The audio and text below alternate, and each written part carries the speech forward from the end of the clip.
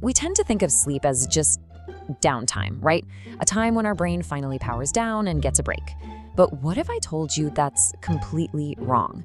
So let's dive into what your brain is really doing after you close your eyes. It's not rest. It's actually some of the most critical work your brain does, period. Let's put this in perspective. If you live a long life, say 75 years, you'll spend a whopping 25 of those years asleep, a third of your entire existence. So the question is, what is our brain doing with all that time? And for ages, what's been happening during that time has been a complete black box. So what is your brain up to during those 25 years? Is it just offline? Wasted time? No way, not even close. Your brain is running a complex, multi-stage, absolutely mission-critical operation every single night. So let's pull back the curtain and see what's really going on. Okay, first things first, how do you even fall asleep? It might feel like you're just slowly fading out, but scientifically, it's much more like flipping a switch. And it's not just your body running out of juice. Nope, your brain has to actively decide to shut things down for the night. So picture this. Every single moment, day and night, there's this battle raging inside your head. On one side, you've got the systems firing you up, keeping you awake and alert. And on the other, you've got systems pushing you towards sleep. And whoever wins this tug of war at the end of the day, that's what decides if you're awake or not. Here's how it all works. On the left, you've got the ascending arousal system. Just think of this as your brain's main on switch. It's a whole network pumping out chemicals to keep you alert. And on the right, you've got this tiny little group of neurons called the VLPO. That's your off switch. The trick is, they literally can't both be on at the same time. When one's up, the other's down. So when the VLPO finally wins that battle at night, it actively shuts down the arousal system, and bam, the lights go out. You're asleep. Once that sleep switch is flipped, your brain gets down to business. It enters the first major phase of its nightly job, the deep, restorative stages of non-REM sleep. And this, my friends, is where the real heavy lifting begins. Yeah, this is no vacation for your brain.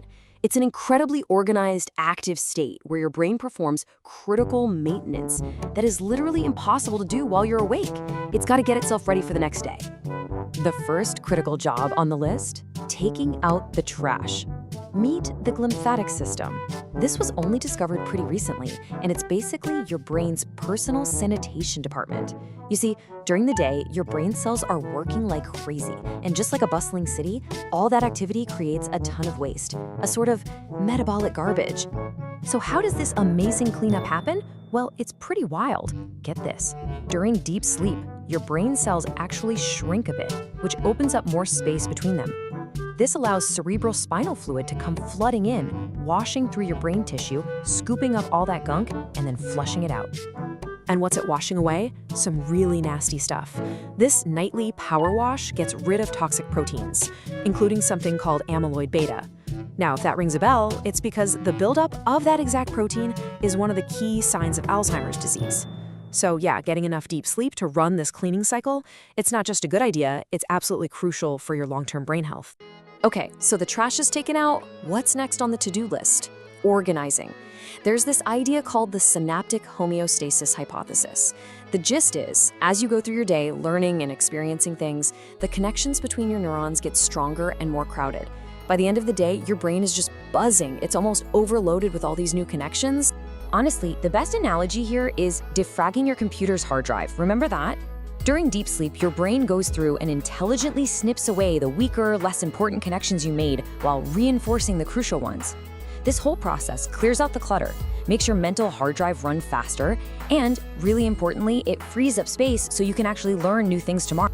All right, so the brain's been cleaned and organized. Now it's time to shift gears into a totally different and kind of magical state, REM sleep. This is where we deal with the feelings. Welcome to the Dream Factory. What's wild is that during REM sleep, your brain activity goes nuts. It looks almost exactly like it does when you're wide awake, but you're not dealing with the outside world. Oh no, this is all about processing your inner world. During REM, parts of your brain tied to emotion and memory, like the amygdala and hippocampus, are on fire. It's basically overnight therapy. Your brain revisits the emotional moments from your day. But here's the magic trick. It kind of strips away the intense, stressful feelings, like the sting of anxiety or frustration, but it keeps the memory itself. It's how you make sense of it all. So, this whole system is just beautifully designed, right? But what happens when it all goes wrong? When you just can't sleep? Well, that brings us to the very, very common problem of insomnia. And this isn't some rare problem.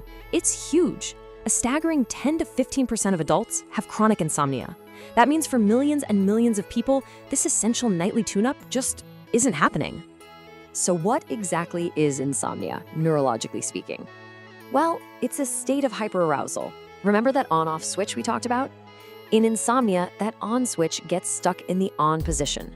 The brain's arousal systems just won't power down, and you're left staring at the ceiling, unable to start that crucial nightly journey.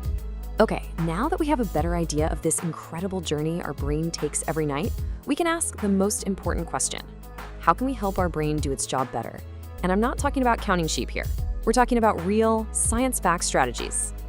And that's the cool part, right? Once you understand how it all works, the sleep switch, body temperature, your internal clock, you start to see exactly what you can do to fix it, to create the perfect conditions for a great night's sleep. Okay, let's break down 3 really interesting ideas. First up, physical activity. Not a huge surprise, but the science is solid. Regular exercise really helps your brain regulate that crucial sleep-wake cycle. Second, and this is pretty cool, smart temperature. There's new research on mattresses that actually change temperature during the night, and it shows they can seriously improve how well you sleep. Why? Because a cooler body temperature is a key signal for your brain to start and stay asleep. And finally, blue light blocking glasses. Now, the jury's still out a little bit on this one, but some studies are promising. The idea is that the blue light from our screens messes with melatonin. That's the, hey, it's nighttime signal for your brain. These glasses might help protect that signal, telling your brain it's okay to flip that sleep switch.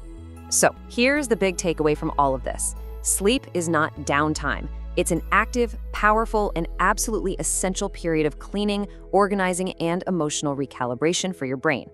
It truly is your brain's hidden superpower. So the real question is, what are you going to do to protect it tonight?